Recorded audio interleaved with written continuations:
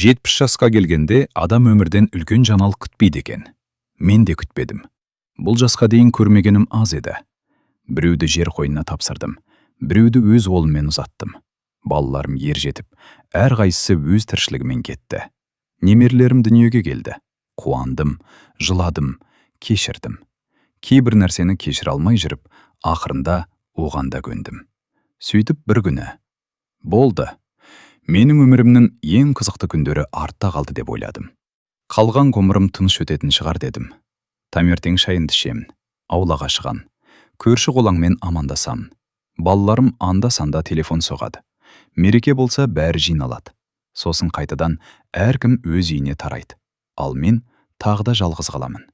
Бірақ 70 жасқа толған күнімнің ертеңінде есігімнің алдына келген бір адам менің осы ойымның бәрін өзгертті. Оны алғаш көргенде танымай қалдым. Ол болса маған ұзақ қарап тұрып, «Сіз мені шынымен танымадыңыз ба?» деді. Сол сәтте жүрегім біртүрлі шімете қалды. Өйткені оның көзқарасында маған өте таныс бір мұң бар еді. Бірақ сол адамның кім екенін білген кезде мен табалдырықтан аттай алмай отырып қалдым. Сөйтсем, тағдыр мен үшін ең үлкен сыйын 70 жыл бойы сақтап келген екен. Менің атым Күлзия. 70 жасқа толған күнімде балаларым үйге жиналды. Үлкен ұлым Бауыржан әйелімен келді. Қызым Гүлмира 2 немеремді ертіп жетті. Кенжем Нұрлан жұмыстан кешігіп болса да кіріп шықты. Үй бір күнге қайтадан баяғыдай у-шу болды. «Апа, жүзге келіңіз. Әже, тортты кесіңіз». Әжем зәлі жас қой, бәрі күліп жатыр. Мен де күлемін. Бірақ сол күлкінің арасында көңілімнің бір түкпірінде түсініксіз бос кеңістік жатты. Балаларының жамандығынан емес, олардың өз өмірі бар. Бауыржанның жұмысы, несиесі, балалары бар. Гүлмираның да тірлігі жетеді. Нұрлан тіпті демалыс дегенді ұмытып кеткен. Мен олардың мойнына асылып, «Маған келіңдер, жанымда отырымдар» дей алмаймын. Ана болған соң баланың алдынан жол ашқың келеді. Артынан жүгіріп, аяғына тұсау болғың келмейді. Туған күн кеші аяқталды. Балалар бірінен кейін бірі үйлеріне қайтты. Немерем, «Әже, келесі аптада тағы келем» деп құшақтады. «Кел айналайын». Есік жабылды. Үй тып-тыныш. Аз ғана уақыт бұрын күлкіге толып тұрған бөлмелер әп-сәтте қаңырап қалғандай болды. Ас үйге кірдім. Үстелде жарты торт тұр. Өзіме шай құйдым. Сол кезде неге екенін білмеймін, көзімнен жас шықты. «Күлзия, саған не жетпейді? Балаларың аман, немерелерің бар, үйің бар.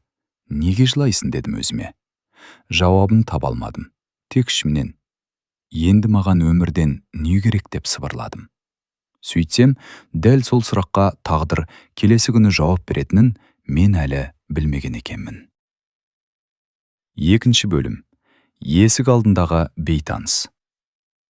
Ертеңіне таңертең әдеттегідей ерте тұрдым. Кешегі ыдыстарды жинап, үйді реттедім.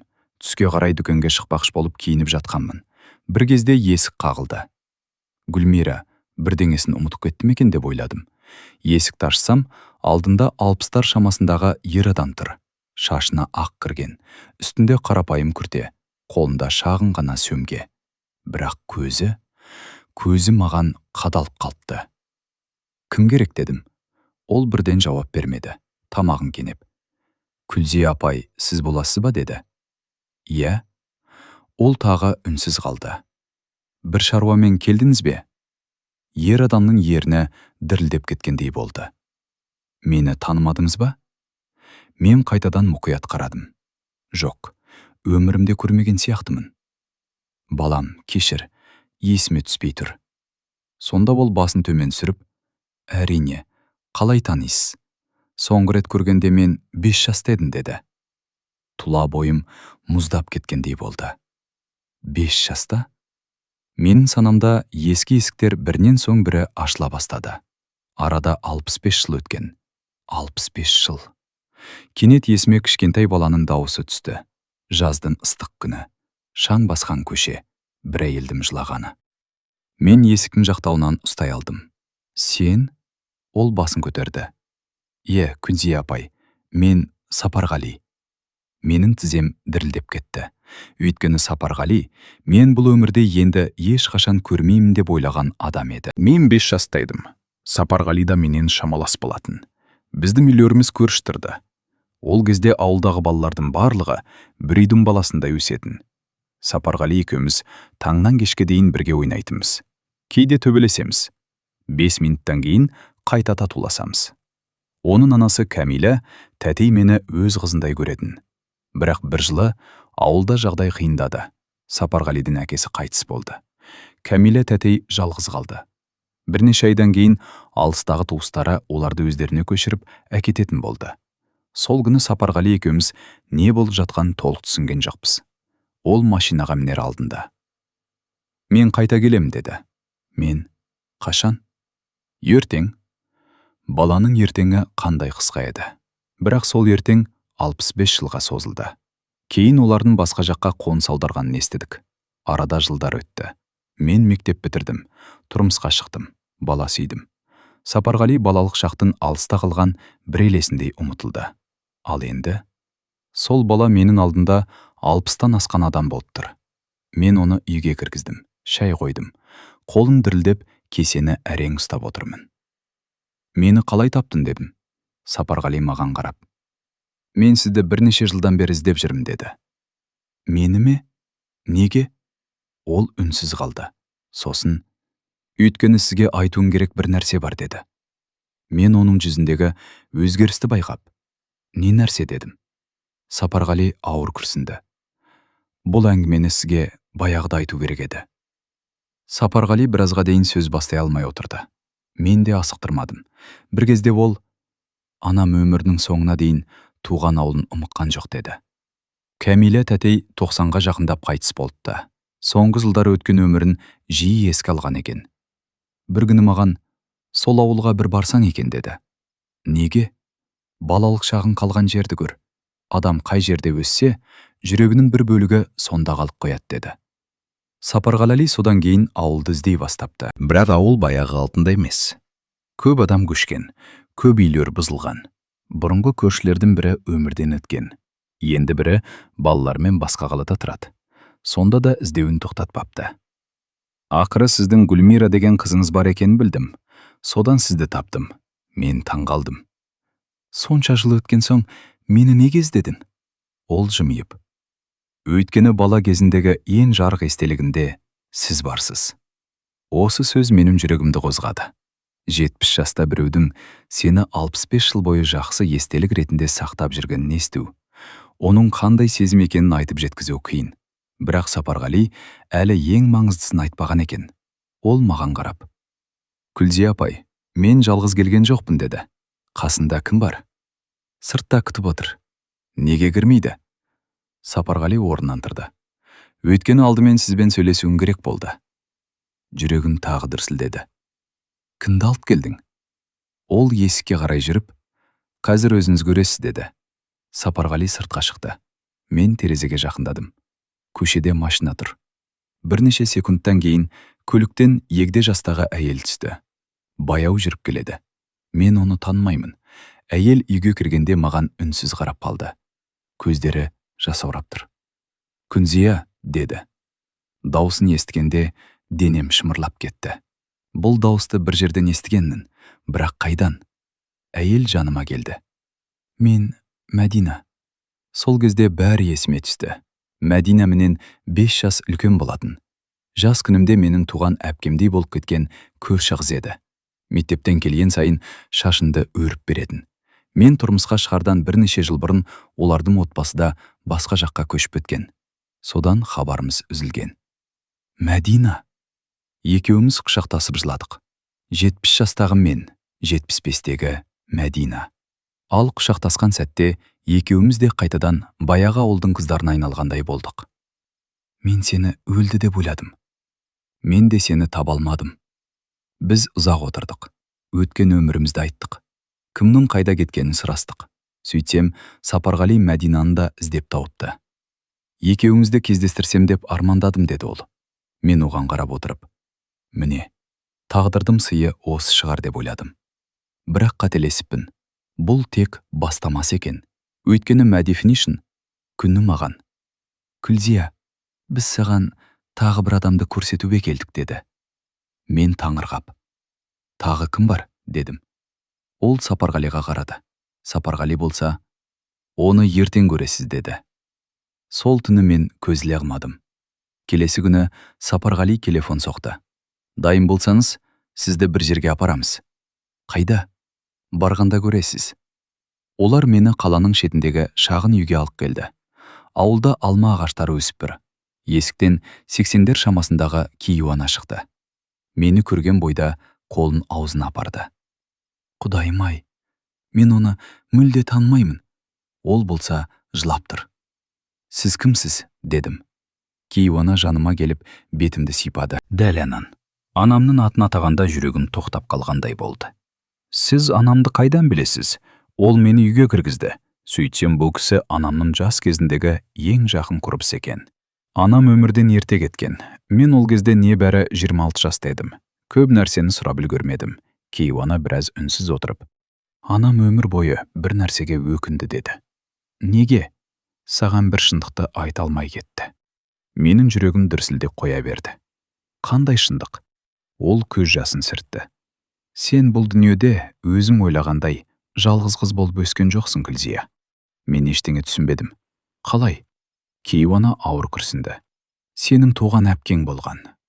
Мен естіген сөзіме сенбедім. «Менің әпкем?» «Иә». Сөйтсем, мен дүниеге келмей тұрып, ата-анам өте ауыр кезеңді бастан өткеріпті. Тұрмыс нашар.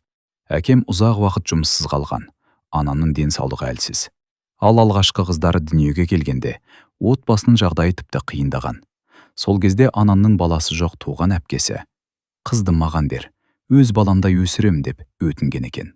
Алғашында анам келіспеген, бірақ кейін амалсыздан баласын әпкесіне берген. Бірнеше жылдан кейін мен дүниеге келіппін. Уақыт өте екі отбасының арасы алыстап кеткен. Әпкем басқа өмірге көшкен. Сөйтіп бұл сыр жабық қалған. Мен орнымнан тұра алмай отырдым. 70 жыл бойы менің туған әпкем бар болған. Мен оны білмегенмін. «Ол қазір тірі ме?» деп әрең сұрадым. Кейуана маған ұзақ қарады. Сосын жымиып: «Сені кіммен кездестіруге әкелдік деп ойлайсың?» деді. Менің қолым қалтырай бастады. Сапарғали орнынан тұрып сыртқа шықты. Бірнеше минуттан кейін есік ашылды. Ішке таяққа сүйенген егде әйел кірді. Ол мені көргенде тоқтап қалды. Мен де қозғала алмадым. Бір-бірімізге үнсіз қарап тұрмыз. Бірақ оның көзін көрген сәтте мен өз анамның жанарын көргендей болдым. Әйелдің жасы 80-ге таяған. Шашы аппақ, жүзі жылы. Ол маған қарай бір қадам басты. «Күлзия?» Менің тамағымнан сөз шықпады. «Иә». Ол таяғын қоя салып, екі қолын маған созды.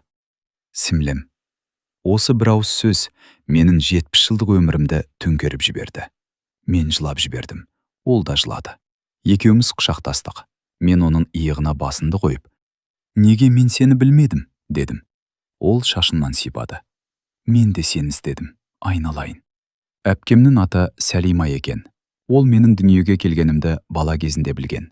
Бірақ кейін үлкендер араласпай кеткен соң байланыс үзілген. Өзі тұрмысқа шығып алысқа көшіпті. Кейін іздедім. Бірақ сенің тегің өзгерген. Қайда кеткеніңді ешкім білмеді. Мен оның қолын ұстап отырдым. Қолының тамырлары шығып кеткен. Бірақ сол қол маған сонбай жақын сезілді. Мен 70 жыл бойы білмеген адамның жанында небәрі бірнеше минут отырып, оны туғанымдай сезіндім. Қан деген осы шығар.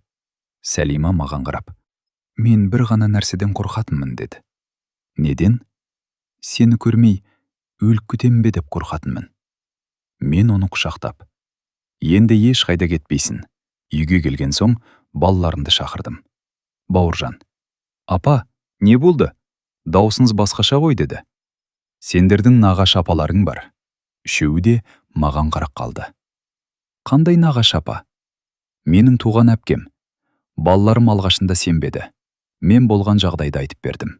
Гүлмира көз жасын сүртіп отырды. «Мама, сіз 70 жыл бойы білмегенсіз бе?» «Білмедім, қызым». Келесі демалыста бәріміз Сәлима әпкемнің үйіне бардық. Сонда тағы бір керемет болды. Оның балалары менің балаларыммен танысты. Немерелері менің немерелеріммен араласты. Бір бөлмеде бұрын бір-бірінің бар екенін білмеген екі әулет отырды. Мен айналама қарап отырып, кеше ғана жалғызсырап отырған Күлзия қайда деп ойладым. Бір күнде туыстарым көбейіп кеткендей. Сәлима әпкем жанымда отыр. Анда-санда қолымды ұстап қояды. Бір кезде ол: Күлзия, екеуміздің бірге өткізетін уақытымыз аз болуы мүмкін. Сондықтан қалған күндерді жоғалтпайық деді. Осы сөз жүрегіме қатты тиді. Біз 70 жылды қайтара алмаймыз. Бірақ қалған уақытты өз қолымызбен жоғалтуға міндетті емеспіз. Сол күннен кейін өмірім өзгерді. Сәлима әпкем екеуміз күнде дерлік сөйлесетін болдық. Бір күні ол: Күнзия, ауылға барайықшы деді. Біздің ауылға ма? Иә, бір рет болса да бірге барайық. Көктемде балалар бізді апарып келді. Ауылға кіргенде екеуміз де үнсіз қалдық. Көшелер өзгерген, бұрынғы үйлердің көбі жоқ. Бірақ таулар сол қалпы. Самал, желдің иісі де таныс. Сәлима әпкем қолымнан ұстап: Сен осы жерде жүгіріп жүрдің ғой деді. Ал сен ше? Мен де. Екеуміз күлдік. Бір қызығы, сол сапарда өзімді 70-тегі әйелдей сезінбедім. Мен қайтадан кішкентай Күнзияға айналғандай болдым. Бұрын өмірінің жоғалған бөлігі бар екенін білмеппін. Сәлима әпкем сол жоғалған бөлікті өзімен бірге алып келгендей еді. Қайтар жолда ол иығыма басын қойып: Сені тапқаныма ризамын деді. Мен де әпке дедім. Әпке деген сөзді айту маған әлі де ерекше еді. 70 жасында алғаш рет бір адамға шын көңіліммен әпке деп отырмын. Бірнеше ай өтті. Мен бұрынғыдай жалғыздықты ауыр сезінбеймін. Балаларым: Апа, өзгеріп кеттіңіз дейді. Қалай?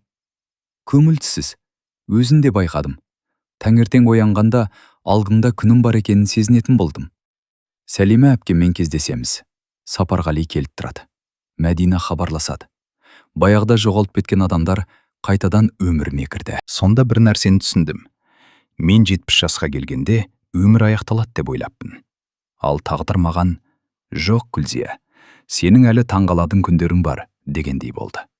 Бір күні Сәлима әпкем екеуміз шай ішіп отырғанда ол: Егер біз 20 жасымызда кездескенде, бәлкім бұлай қадірлемес едік деді.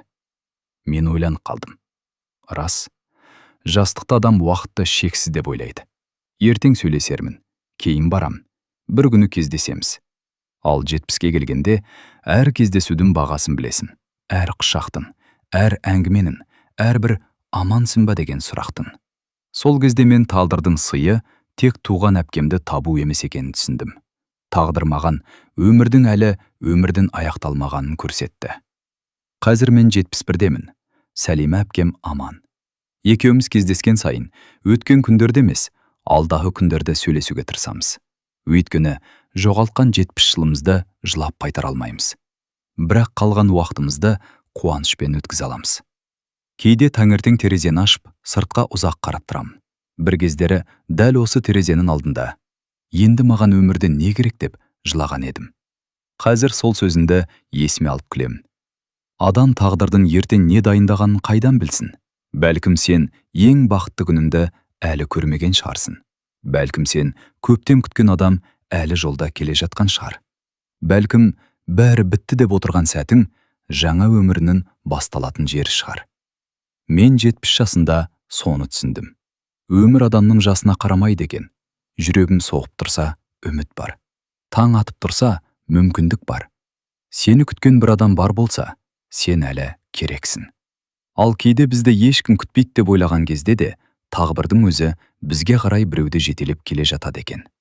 Мен 70 жасында туған әпкемді таптым. Балалық шағындағы адамдарымды қайта кездестірдім. Ең бастысы, өзімнің өмірге деген ықыласымды қайта таптым. Сондықтан менен 70 жаста тағдыр сізге қандай сый жасады деп сұраса, ол маған адам сыйлаған жоқ. Ол маған қайтадан өмір сүруге себеп сыйлады, дер едім. Егер сізде кейде менің жақсы күндерім өтіп кетті деп ойласаңыз, асықпаңыз. Өйткені өмірдің соңғы парағын еш қайсымыз оқыған жоқпыз. Ал ең әдемі оқиға мүмкін дәл келесі беттен басталатын шығар.